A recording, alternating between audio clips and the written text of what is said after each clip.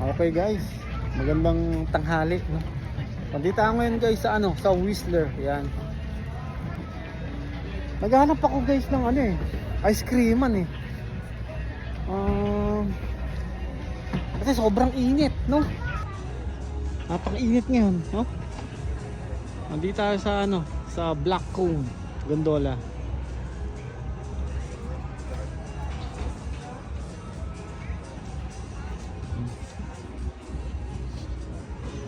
Naghahanap ako ng ice cream man.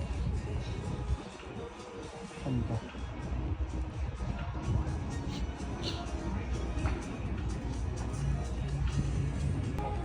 Lumagpas tayo guys. Ito pala ice cream man yan. Ito yan. Okay. Ito ang ice cream man. Gelato. So, what's this one right here? That is a black cherry marzipan. What's in there? Black cherry marzipan. Oh, sure, I'll have that one, please. Better. Just that one or anything else? No, just that. Ako ito. Ano natin? Pistachio. And this one. It's good. That's fantastic. Thank you, boss. Yeah. No worries. Thank you. No, thank you. Okay, get this one. Here you go. Oh, great. Thank you so much. If that's from there, it is dirty. Oh, it's okay, dirty. good. Good thing I put it back. Sorry. Thank you. And then what can I get you? Pistachio. And this one also. The same one? Yeah. Okay, there you go. Thank you. Looks delicious. It is. There you go. Thank you. Okay, guys. Pinili natin flavor. Pistachio at saka strawberry yata ito eh. This strawberry? No. No, cherry. Black cherry. Cherry. Ito?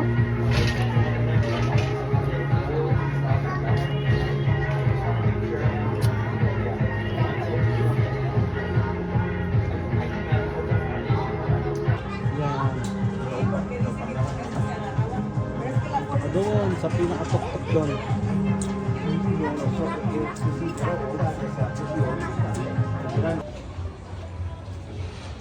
May iba palang activities dito pagbaba mo ng gondola dito sa may Black Cone. Madalas kasi doon kami sa kabila sa Whistler Village mismo.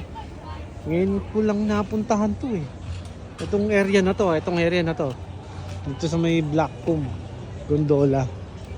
Yan. Ito yung mga activities dito.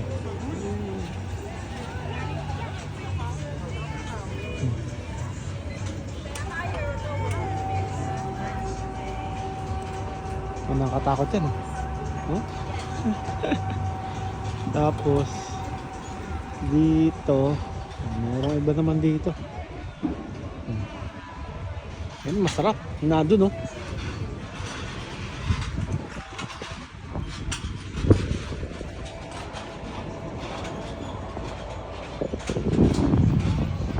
Tapos ito yan.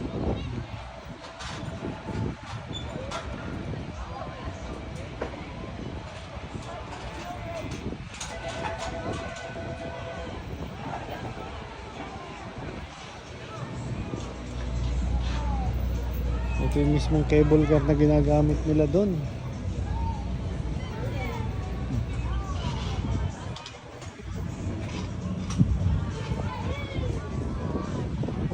Ito sa dito.